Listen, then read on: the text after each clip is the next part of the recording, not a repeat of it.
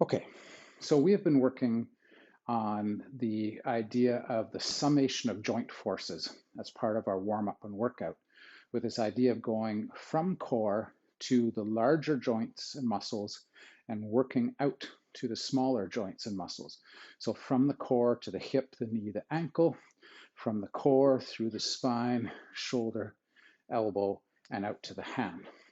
Last week we started to think about this idea of thrust, this concept of pushing against the ground and allowing that to be directed into the limbs.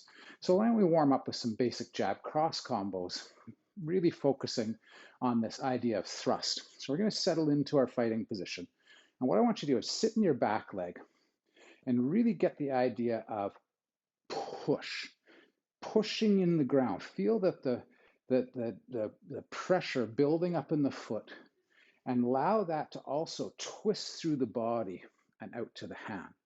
Now that's easy coming from the back leg. It's a little trickier coming from the front leg, because we have to make this thrust down into the ground, translating through the spine and out through the shoulders. So we hit on the other side. So let's give that a try. We're going to do 10 combinations. So 1, twist, 2, twist, twist, push through the ground, push.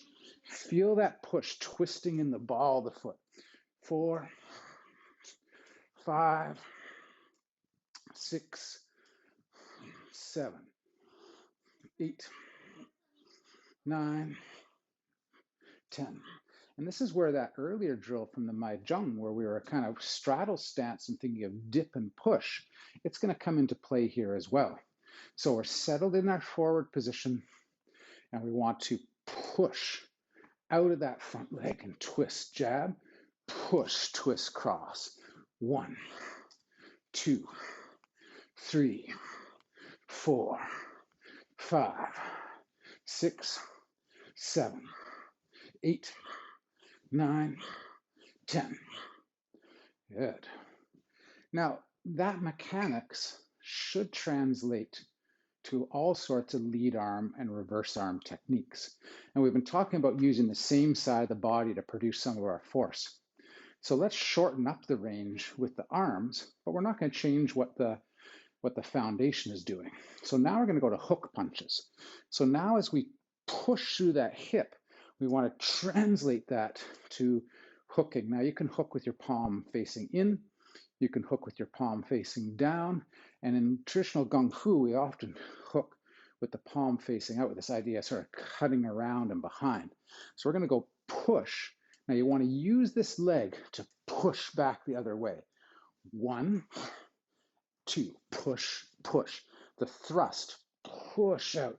Now the longer you can apply the thrust against the ground and transfer that thrust through the mass of the body and let that thrust exit in the hand, the longer you have that thrust, the more power you tend to build. That's it. 4, 5, 6, 7, 8, 9, and 10. And other foot forward. So don't focus on the power in the arms. Focus on increasing that time of thrust.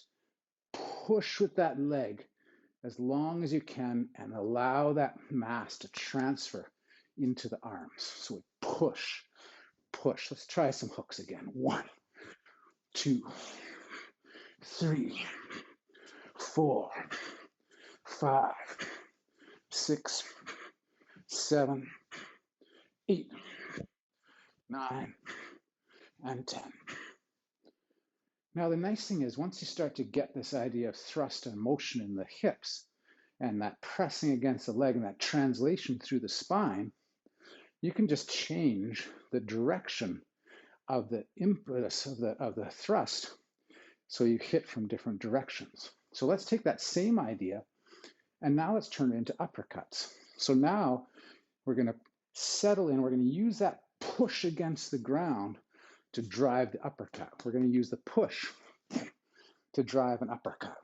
1, 2, 3, sink, push. 4, thrust into the ground. 5, push. Maximize the length of time you can shove with that leg. 7, 8, 9, 10. Other foot forward. Same idea. Push, deliver. 1, 2, 3, 4, 5. Push out of the hip. 6, 7, 8, 9, 10. Now, the nice thing about getting accurate with these biomechanics and learning how to apply thrust is whatever strength gains you build in your body will also apply to this technique. The other way around, not so much. If we just build strength, but we don't work on the biomechanics and the transfer of mass, it's hard to apply that strength. So the biomechanics doesn't take away from strength, it augments strength. But strength doesn't necessarily give you biomechanics. We want to come at it from a biomechanical principles and then apply our strength to it. Okay, so let's leave that for now. And we're going to switch over to some footwork stuff that we've been doing. So again.